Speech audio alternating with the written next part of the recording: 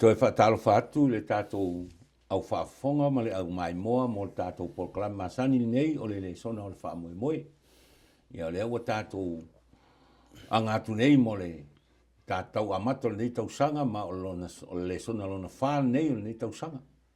O tātou wanga ia tu eiman kota mo nei tausanga lua whelua sumalua. Me lea e toi whaatalofa ma whaawhelua i alo i atu. I paanga masani. Ia e mai se fo ila tau whatoa maua le avanoa mi whaiona mai mo mai le tātou le sona o le wha moe moe. Ia o lea le a ma sauni ma le sunga le au whaalupenga. Ia vine, ia ma te whaasoa atu. I nei tae au le tātou le sona lona wha nei o lo wha autuina le tusi o e Peru. Tusi lea le apostolo Paulo i e Peru. Ia o lea o lo tātou sueina nei kuata atoa. Me lea ia la au whaia le tātou talo. Ia ona tātou wolole le tātou le sona. Lo mātou tamai o ilelangi, mātou wala uatu i lo ngang pa ia wha mole whesoa soa ni mai. Wha o ngai maa ua o ni mea whai ngā ruenga, wha soa atua i lau o fionga. O nā o maa ua o ni au auna vai ma lele a totoa. Ai wha moe moe ma wha tua i ngā runga mana lo ngang pa ia. Wha ia onga oe ma wha matala loto oe. Tala le wha fonga ma le wha longo au tangata. Ina ia mātou wha longo ma mātou langona whatasi. Pe se alo fina ngalo mo i mātou e ala nei le sona. Whaamnuia nei le sona le a mātou whasoai. Ona o Yesu le li i mal whaola o te talo atu ai nei. Amen. Ia, o le autua le tātou le sona lo na whao le nei kuata. Yesu lo tātou uso wha maoni. O Yesu lava. O le ia o le atua ato atoa. O le tangata ato atoa fo. Mai o le sona la o le vaiaso nei o lo tamu whaia i Paulo. E wha manino, o Yesu lava o lo tātou uso, wale ai a se uso e sili o na wha maoni no na lofa, tusa o Yesu. Me la lea, ia o le a tātou, whasolo le tātou le sona. O le matua tau loto o lo maua i le e peru e lua fo e po sumal wha. Whai mailo na whai tauina, o le nei, ina uai ai le whanau le tino tangata ola. Na wha pea foi o na uai ai a te ia. Ina ia wha o matia e ia le lona maliu, o le wai ai le maloe oti ai, o le ti Apollo lea. Ia, o le tātou mutua tau loto na, o le tātou le sona nei vai aso, o le na amatu le avanoa, i le sunga i leo whaalupenga i avine, ia, na te whaasoa maia matau, amata mai le tātou, le sona e ale le tātou mutua tau loto. Le avanoa nei lau. Kei loe, whaftai le tua i le, nei fwoi tusi, mātango fie, o i lātou e da, li liu ma vea ma kemisiado e whamaoni o le matua le nei e tau mai ai e o le olanga o le tangata e ilo na tino, e le toto, e le ando e ilo na mafau. Whamea le soda, o le tangata o lo e whanau tino o e le ola. O lo na winga i vahenga o mai a o mea ni e langona tangata, e langona le vai. E langona le lava, fia inu, fia ai. O le mea lau tupu, wha mea le mau, na wha pea foi o na wai a teia. Ina ia wha matia e ia i lona maliu o le wai e le malo o le oti, o le ti Apollo le. Ka luai la o le koi lalo o le kangaka, e ui ana ua kingo ma le kangaka o le kangaka, soifua ma le kangaka o le. Ia ua koi lalo o le kangaka. Wa fia tangata o le ofi mea o langsala. E le aila saisia ua la e mawhai ai. O ngā koe maua le mawhakanga le kangaka ma le atua. Sei longa, ua koe whaifoi e le akua. Ala lea ua whai e le akua mai. Ua whaapea foi Yesu. O ngā vea o ia e pei o le kangaka. E whailo na tino, i eile toto, na te langona ina, le soifuanga whatangata. I ngā ia maliula. I ngā ia mangu malo le kangaka mai le angsala le anga whai e ki Apollo. Ma le koi lalo le kangaka e ki Apollo. Ia, o le kaua ngā raka kule so. Tai. O lo i e whamtalanga le ngā ngā walo anu. O lo whai mai ai, o le laa pito i sili lea na laa i eile ai ngā tua. Ina ua laa mai Yesu e liu tino tangata. Mai o lo o whamtale le sona le vaso le nte nei, o le sa tau whamtala ai. O le mea lilo lea le langi. Pena wha pe fea. ona liu tino tangata le tua. I le tino angasala. Ai le angasala.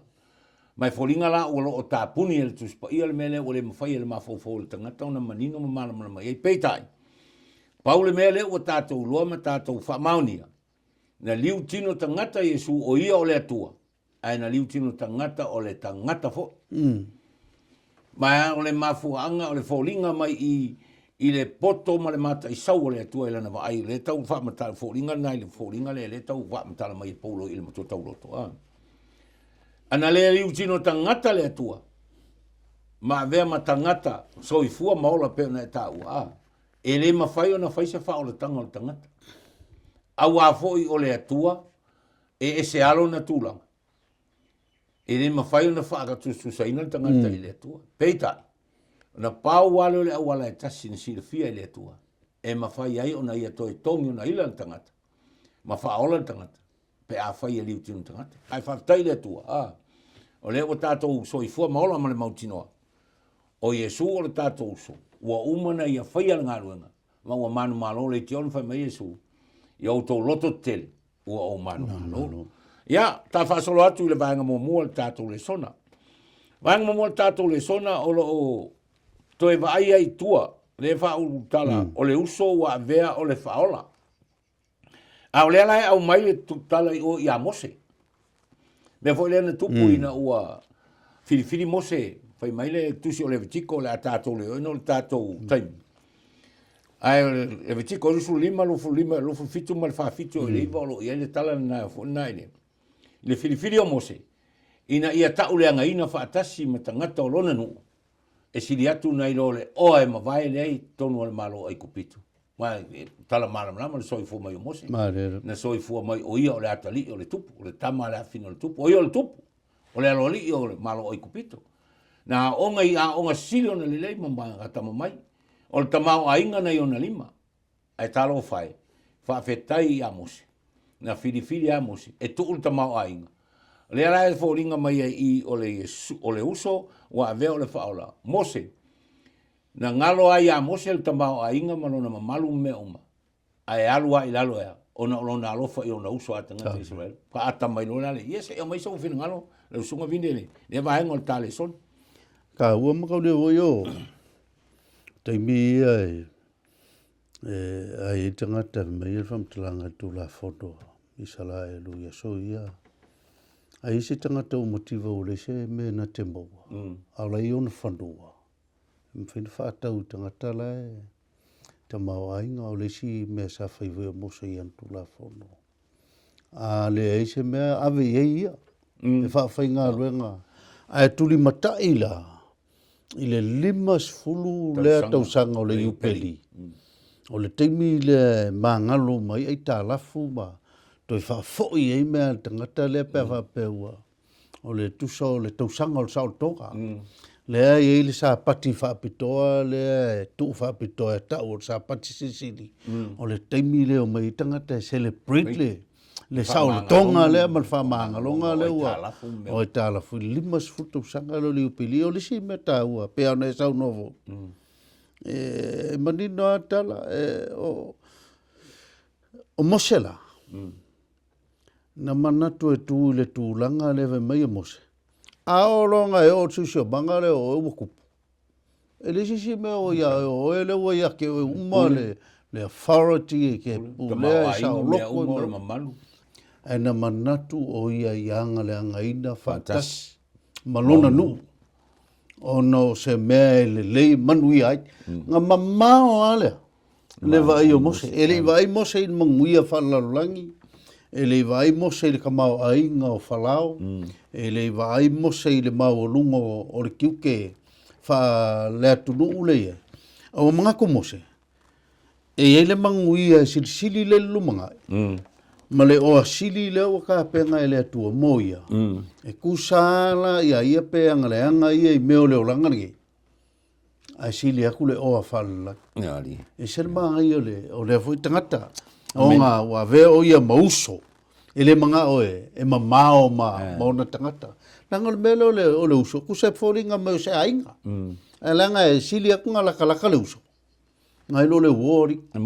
Ia po le ama le ale ki o me e ua mo so uma e uso mo le soa. Whawhkai. Ano, whawhtai. Ole, e le tio fo i ona whai mai, ole urua i tangata lea ni. Whamtalanga tusi pa ia na whaatusa i Yesu. Ona ole mela lea. Na fili e tu ua mea umamale ta mao ainga, mea umamalo na mamalu whaale. Ole mamalu i tonu ole ainga tupu e. Ai na fili ai tu. Ai sau ea. E anga le anga ina whaatasi, ma polonga whaatasi ma ona uso a tangata. Pela ona e tāua. Ole ata moni leo ole whaalatanga. Na sauni e Yesu. Na fili Yesu e tu ulo na mamalu le langi. Ai a fio mai. E polonga, ma tuua ina, matali i mea leanga, ma puapua ngā tia. Ina ia whaaola ama la vea i ona ia tangata anga sala. Ole mena lea ole nei la, tātou te loi pe ona e tāua, e sa ole leia. E le ai a seisi e sida ona nata la tamai. Po le a le uo fai mai o i fea, le leio le lua maftanga. Ai o ora il teimi o fai ngata. Tu mai noi o. Ole uso. Pe te o a ele oti, e o lua tua ia uso, ale mawhai. Ia o wha mauninga la, me la le a. O le uso, wa vea mawhaola, o le utalana, o le vaengo mula tātou le sona. Ia ma o le whaamatalanga nā tau whaamatala ina ai. Ina ia mawhai ai o na manino ma malama. Le moni ma le whaamaoni, o le soifua o Yesu na vea matangata. Ma vea mo tātou uso. Lona lua, le mai vala au i la tau o na uso. Ia, tātou sila fira soifonga le tātou te ia. A e loso uso e. E sili o na amia le anga. E te langona le ma. E ere si taimi ue le mana o i e. Ue ma pe a ta uolo uso. Kau le ma kau uso uso. Pe ke alo i fo. Te le ma ua ele a talano tangata ua ele fia mana o ilo e tangata uolo uso. Ai talo fai ai fai mai o Yesu. Ere i mai Yesu. Le tiona fai mai o e mai tau o ia i lumo le tama. Ia fa pena fo. Me la le vaenga, ele i mai Yesu e fio mai, mana ta ua o tātou, ma tau ia o tātou uso ulu matua. Ona o lona alofa lama, e moni no na alofa whaale uso pe on tātou. Amen. Ia se ia mai sau wha popo i lau suri. Fai whiau, le vaenga o tale son. Se o fai kaua le fai upo sumatase o le pelu le e lua. Ia. Ia, fai mai le fai upo sumatase le awa o le na te whapai eina mai a toa mai lato uma e ua whapai eina. E tasi lo lato tupuanga o le melea. E le mai o ia i taua i lato o na uso. Amen. Makau rewa le whapsanga e wakanga e pelu masawanga ma molianga e kangaka. Whai mai la e sili aku le nga ke whapai eina kangaka. O le fisiri oi, o Yesu. E ui ala i le afianga o kangaka ma le amusianga. A me Yesu le ai, kaluai o au, mai paulo, kaluai o Yesu o ia nga wala uinga ma whapai eina i lanto. O le mele le i mai o ia. E kau kangaka ngeu a afia ma ingosia inga, o nga uso. Pea nga e saungo, e le isi o le mea, a kupusa mea e whai ese, e seisi e oa le ainga. Wa ole mea ale ma senga o ia mātua whanau seak whakaika. Kau kua ngā sole oe ke alu molo wingoa. E alu mole ingoa. O le uso o le mei kongo le ainga. O le mai le melea. O le makua i maa whanga o le ainga. Ia kusa po a whawhika auli. Po angi me kula i mai. Ia auangi a ve sea mai a kako. Lo kako mangaku ku e ser ngaka. E o wala i kongo le kalesia ma loto. Po ai lava i kongo lo kula mai paulo. E sili le ainga o le whaatua. Nongo winga so se kaimia a fia i seisi o le kalesia. O le kiukere o le skiri siango. Lango o longa uso. O longa kua finge. O longa kamano ki ngā. E apa ia mai. Le anga o ka ngaka o longa ainga. Whawhakai. Ole soifuanga le ene. Pero no e soifuanga o le na tula in tangata. O le musu e to i lalo. Tau te loa e sila fia tatou tunu Samoa.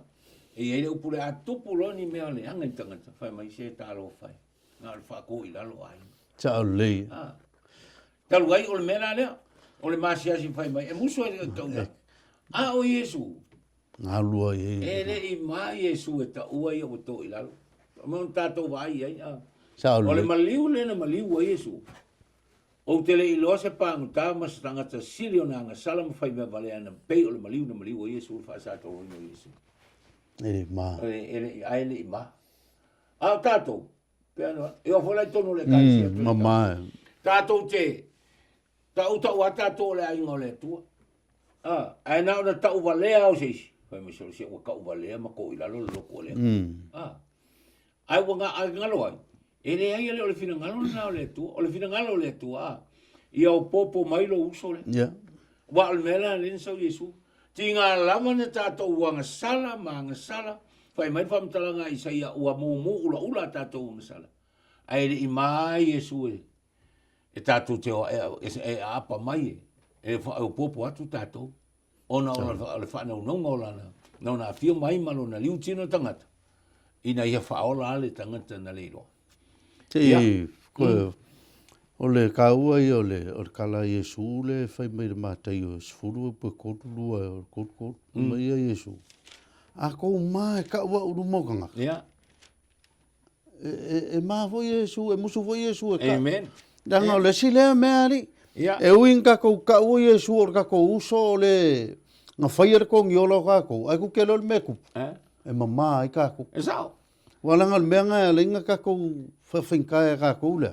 Le ka ko o e tau tangata talale. Pe u ka ko musu e fai loa ka nga le me le o fai Yesu ka ko la. Me le ka o ka la Paulo le fai longa ka rio Timoteo. Lua Timoteo mo ve po valu mo sulu mai Paulo. Ki mo ke au e ke mai le kala le ya Yesu onga ya Yesu onga we va vai me le uanga kia e me le fe po sulu e o ya ulipo ki mo ke o ke le mai le kala le fe po sulu ai sa langa wo o wi lo le ki fa ko ia ku sirfia le sile me le ka ko ma ele mangingo le ka ko Yesu o ka ko so makua ia o sia le ka pa ma lo fa tai o le ma nei ai o le vaenga le o tato le sona pe ana fai atu o le dai ai mai se tato o tunu samo mo le te vai atu e po ai danga te lua ma te alo fai lo tu ma ai na una tupu ai le fa la me fai mai ase si nga fa ka vale ai o le lo kuma ai fa fetai le tua ele i mai Yesu e vala au oi o le tato so tu ya ta fa solo atu le vai ngalo na tolu le tato le sona le sa ta ua mua tino ano ma le toto e fa pei o tato o lo ia ile so fa tau le ile fa le mate ta fa tau al mate lo sfulu no fa suma e na te yo suono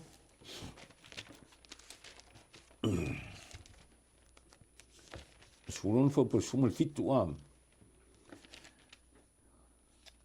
uma ua ia la ta fai tau fata se ma te suma lo fo po suma fitu se o ta fai tau ona talia tua ile o Yesu o fa pe atu ia te ia o Simona Paiona a wai le se tangata ia fa ia tuai ia toe a o lo ta ma o ile langi wa me mantua fo il belen si Yesu ia so a o le ala sa un total wa la fa melo wa nga fa mai tanga to Yesu o le profeta o Yesu o le atali o Josefa a fa melo Yesu i lo na uso o le ala la to ta ya uso melo Simona fa mai o le ke riso le alo le o le atu fa mai lo Yesu fa tai Simona ele o sei sinta o atu ya to o lo ta ma o le langina ya fa ali atu ya to o le mele sirina no ta utia o le na o Simona o tangata al pe le sa fa ingo le so vale ia Simona le ana o vo ia itai mina sila fia i len fa mai na sila fia Yesu Simona ele ili ua ai peita ina sila fia mau Yesu ali ua Simona o le ala na fa ali ele tu ia Simona man tuale na fa mai Simona o le alo le tua e uia ina o le tinu tangata le tino nga sala le Yesu o le alo o le tua ia pe tau fa pena ai mai sa fa popo ia il tau fa ngale Ya, whaakai wa le whai mo tino ano, ma le toto e whaapeo i tātou. O le awingi o le ka ua o le lauwawa i le mele, i kaimi vui o le kangaka e vai. E le olonga, e le koe maua songa maalo se ola umi ai. E le vui songa wha moe nga. Nga ke maua e mwhai ia se awala e maua ia le ola e wha vau. I le mele, e mele o le pēr whai tātou te. Mai tau ida ia tus whai tau lea mai i le tātou le sona. E pe wela al makai o le sfulongo le ue whamkalainga. Kusa o le ua ka usao ku wae. O le mawhauwhaunga o kangaka ia Yesu. Yesu e le e avoinge o le perfeka e le mwhainga whai Yesu sa isi bea. I kua ako o le whaurkanga o le kangaka. E le mwhainga whai whaurkanga. Nanga le ua kangaka Yesu. O le tangata e pēla. O le mawhauwhaunga o kangaka mai o Elia o mai iso o le perfeta. E whesilia kulo ia Simonga. Whesilia kulo ia sula uso ala skoukala. Le lewe mei ia Simonga. O le keriso o le whaola. Ngai lone le Simona. Whamera ora kale isu lea i la Simonga. E leo se kangaka leanga whai loa koe o lea kua e ala i lea ngang pai. Amen. Kuk sirifia o le mele ka mo moli mai. Ia kako loa lelei. Ngā langa suia Yesu kako. Ongo le mele i o il malosi o kako. Amen. O le fisili le mele i o il malosi. O le whaorkanga. A o le malosi le mali o Yesu. Masaa longa koko. Mo momo long kingo. O le whaorkanga wa. Amen. Ma kako uma. Langa le mele mwhai. Nga pa ulo ma ko ilalo kako. Le ei ma se me ko mwhai nga whai kako. A o le mele nga mangingo ane kala. A Simon. O le ke riso o le whaola. Mai lolo le kala Yesu. Le aila ele o sisi ka ua kua ikoe. O le tua. Le langi mwhana. Kasi le me kau whafkai. Nga whiua mangu e whai ele mwhai. Whai kaulanga i mangu i aswa i so. Ai whakasi ia ngā vea ke riso. Mataulanga. Ngā maka mea ele keiminga mali ua Yesu. Le ao ngā ile so. Amen. So skaimi. E o ai le ola e whaavau le ngā mari ua Yesu. Whafkai. O le vaenga mānei. O le tasi le vaenga mānei o le tātou le sona au ai. O le nangona lea le nei i tangata. I le mawhai e se tangata o lo uche sao. So se tangata e le mawhai e se tangata i toto maa ano na. O na toi tongi o ina malawe ina le tangata leanga o le toto maa ano na nga sala i tangata. Ai whawhetai le tua peuna e ta ua le tala lea le ngā fuanga le nwhai mai Yesu i a Simon. I le i ta ua tua sesi o lo utama o ina. Le anga na sila fia Yesu. O le mea lilo lea. O le ina mawhau tangata e whainga tāna malamlama i mawhau tangata. Ai o le sootanga lea. O le e tau wha manino i o le sootanga lea le whai mai o le ua pa uma o le whai mai le whamtalanga tuspa i Tu mai ina ua toi ina ua awhio Yesu li langi. Wa le o toi mawhai o na o a ilona mamalu. Na iai le amatanga. Ina ua liu tino ma ofu le tino anga sala. E ui lawala na manu ma loai. E le i anga sala. Peitai, le anga na fio mai ale atua e ofu ai. Ofu ai ongo kanga. Ina ia mawhai a na toi lawea i le tangata na i whai. O se whanau naunga e sili ona tawa ai tau tātou o tangata. O na tātou wa ai tau lai ai. Nga whaola tanga. Na sauni ene tua. Wao i tonu ale ai. Wa le upumoni ai. Tātou te whaftai ai le tua. Le ai whai mai paulo. Ua anga sala tangata. Ma ua leo o aile. Vi inga i le tua. O le mela le toi tepa ima tātou wawa ai. I le mea le whai mai ai nei tangata. Te le tangata lātou tā ua le mea le whai mai ua. Ma le talitonunga o le tele o tangata keusiana. Ua le au ngātu la fono. O le whesiri la. Ana soli la Yesu se tū la fono. E esi whaolu tanga mo le tangata. E le isa mea. Ai se ala. O le mana onga o le atu. O le mana onga o le atu. O Yesu lea. O liu tinu tangata. E au mai a te oe maa. E te soifua le tū la fono le atu. E ui ala ina o tātou le mawhaina tātou oe. A le mafuanga na mali o Yesu. O tātou te whaatua tua e lona mali. Una te whaatua ina le tātou taumu whai. Ina i mwhai sao ni tātou mo langi male o lai whaapau. Ia, o tanga ia tu le vai ngai fal ta lu sona. A to toa e ala I puapuanga. Se o mai so fina ngalo po le ale o po le ale wingo le me wai fo linga mai I o le ana manatu pe o le mele na manatu e tanga tai uteia. O le lato tupu e fio mai le langi o le tupu. E le sau e alu e puapuanga e sau e alu I fa masinongo mo fe toso I solo fa pe fa matanga pe al mele ta wele amtanga. Ah. Se o mai la so fina ngalo o le ale wingo le o le atonu se fa amtalanga tau au I le fo I vai ngana ta ato to e ala I puapuanga. Fa fkai kua le vai nga le o le tato le son. O le mele le anga le o I ma le lo fa sanga I e lua me ke le lo fa sa mi kan kai pet. Ia. O le ingosia I inga waliua fa maongi ma vela to ke siano fa maongi. Ma sa wanga ia o la ko. O fa sanga. Ai o mela ia lua. A le o ia kanga. E le mawhainga veo se kanga ka wha maongi, ma kanga ka mongi e le wha kukua I le kua. Langa o isi kai mea, mga kua kanga kai o le veo ia ma tangata taria Yesu, o ngā while mūlo leo leo langa. So se sawa linga so skirisianga. E ka kaua ngā ui whea. Puapuanga. E ui puapuanga langa e peive o kewiso. O ia ngā mua I kofoia. Tinga, ele mawhailanga o koa kako. Pe ale uia. I puapuanga pe e moki ngoa le ka ua I o le la kawai vo I le kusi le mai kako. Le mai elfai kaut kako e pelu e lua. Nei, mani na. E inga I vaenga ka ua ngai whamatala mai le.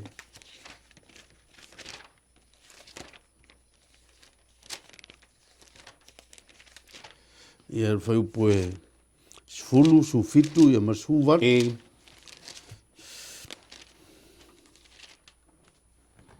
Ia, a ta fai tau whaatsia. Ia, sfulu, ai peru rua sfulu fitu mani. Se ta fai tau momor se fulu. Ia. Awa o le na fai me uma lava mona. Sa na fai a foi me uma lava e ia. Na te tau ia te ia lo na te ino a ta li e to tele manuia. O na wha ato to aile o le li o lona tanga ono ti ngā. Ia vai le mangingo o le whaupule sfulu a.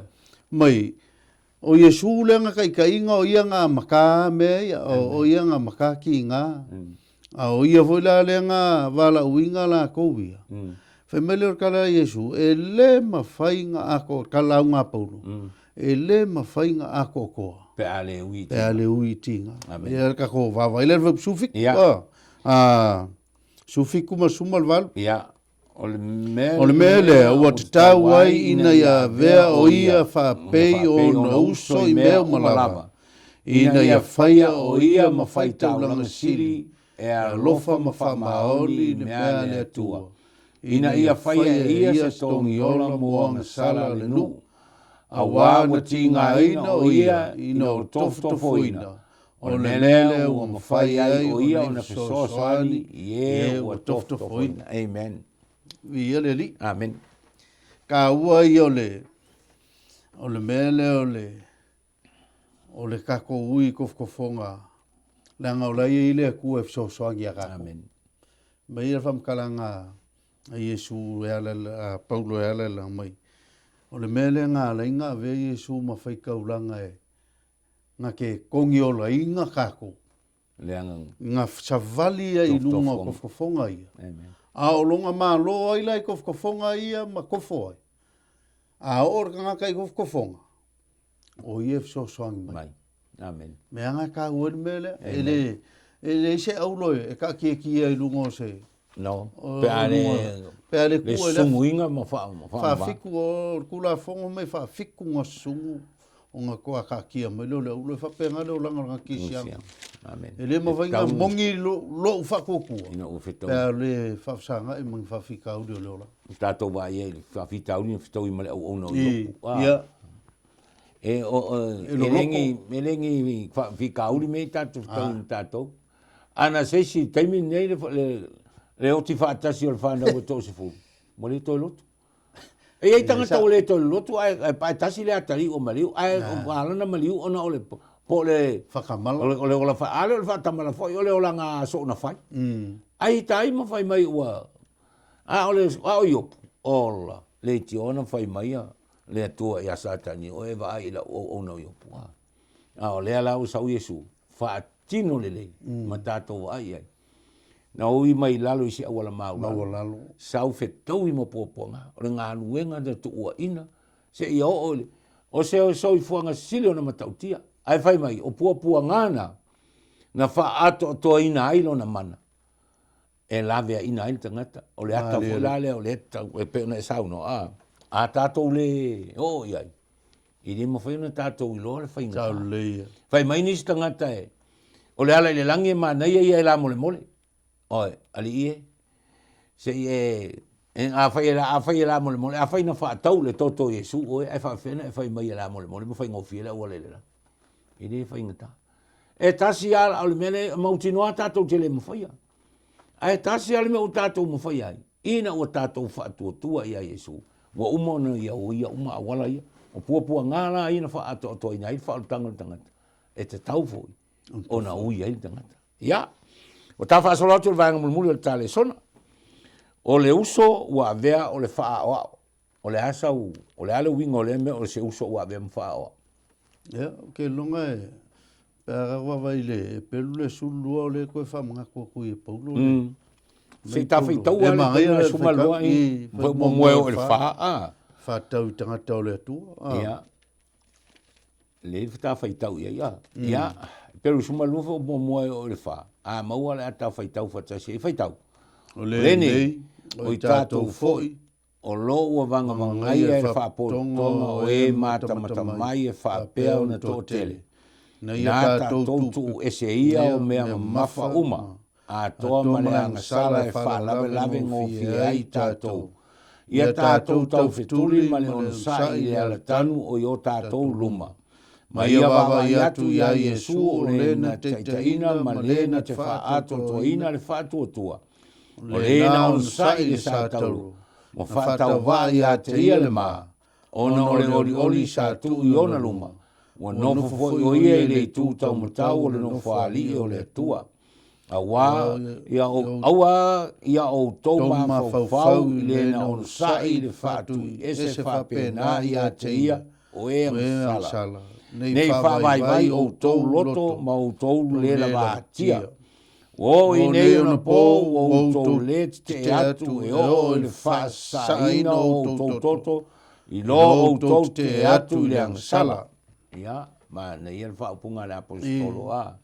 tau alunga e le vai ngul mulu tatu le son fai mai lo le tatu le son o le uso wa ve ma fa o fai mai lo le o paulo panga o tatu o le tusi ua tusi o lo vanga ia o se fala konga le fai me mata mai e fa peona to tele o le tangata ua mau moni lo na fa tu ile tu ma tatou va aila ia i le tau o le tatou soifua le soifuanga na soifua Yesu ma tatou fa ta ia i mea amen tono lana e kale sia o vala ina i tatou e au ina tatou sava vali e tusa o le finangalo le tua ina ia avea le kalesia ma ta iala i o tatou olanga a wai to tele tangata o lo mata mai ma lo tele tangata o lo faitawina i tatou leanga fai mai paulo o le tusi ua umau na faitau ia se ia mai sau fa popo le vaenga mulu le tale sona na usunga faitau tau tele ele vaenga na o le upule o le whamatala matatole sona o le whaitau le nei ina ia tā ua Yesu o le taitaina ma le whaatotoina lo tātou watu o le whaeleni o le atekos o le na ia maua e mawhai foi o na whaliwina o le moa au longa winga pe o se tangata na mua i malai ia amen whai ma whaataitainga o me uma o le mea le kam whai poro mai inga ua ko mai le mkau le ala ua whelau ngā paulo e lau kirisiango le ua whafsanga i ma o mai lau kau whaase o ia o leu sa whafsanga i ma sauanga le ala ua lau ngā paulo mga paulo e kaua inga e whamalos ngaka ia auange i eise se solo muli lai i mea ia Leva mai paulo, yo kou sila fia. O kou le foi makaanga o le kalesi. Tonga o le umatu. O le maka mai pe ia mo kalonga vo le kalonga maka ta o le ia ma pak maka le vo yo solai I kai me o sauanga ma kai me e fai fasalanga e maka o tele kong ka e fai e kule mang fe ai ma kongi kao ai maka e ka makali ma no po sole lo kirisiango ko nga ma o amen o le amaka mea mal fakai ka inga ka ku ke munmuli o Yesu amen nga mua o koula pa wa mea linga fa la velave ya o malo ma fa o lo walu ma mo lang sala o lo walu ma ave lang sala tauntu es ai al meanga a o lo nga veser meanga fa ngo fia nga ya nga ilu ma kire ko sol muli amen e kele ko e ia foi se la ngonga le lava mai langa sa wa ngo ko langa lu ko ke lang sala o meanga fa ia la langi e ku le mai lang sala e ka ko a on ka ko mumusu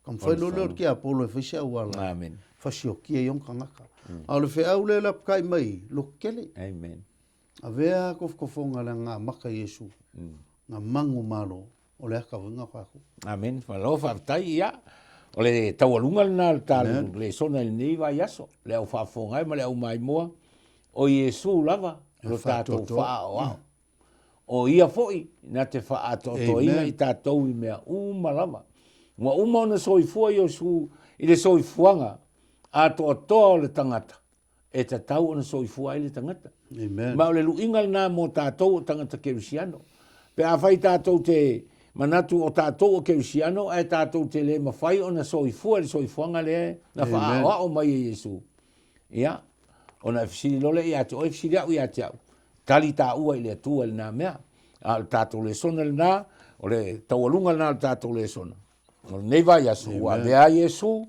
o le faa o I mea uma pe on tau faa matala I le sunga le whaifau la unga paulo ma le faa matalanga I paulo ia e peru tangata kerisiano ia latou manatua wa uma ona faa tatia le faa vai faa tatia le ala le fai mai paulo ia o tau faa ngalongalo I mea utua nai faa ngalongalo le anga sala ai puno wai ma le ala tanu o lo I o tau luma a wafo o tatou o le faa potutonga o lo vanga ia ma mata matamai mai a faila pe nta u a tatou le tu e se ina le anga sala fai ma fa la lave ya tatou ia le a fai ngata fo ina ve Yesu mo tatou fa wow ia lo mai le tua fe so ni mai le ase me u le o ia ile ne matau mo fai ona o le vai o le tangata ma le atoto ia tatou talo fa tasi le o mai mo le o fa fonga ile nga pa ia le tua fe so ni mai ina ia fa matala loto atili ia te o tou mai maua a fionga pa ia ro tatou tua a vea Yesu mo tatou fa o mo fa ta I me uma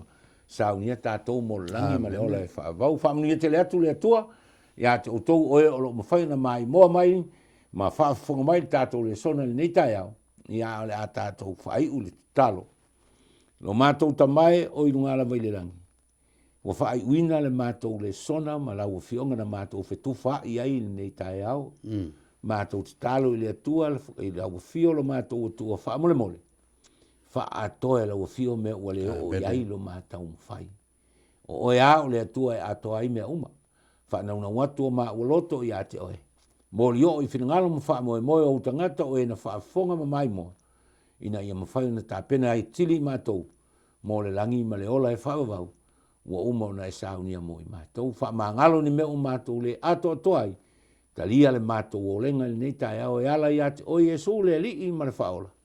Amen.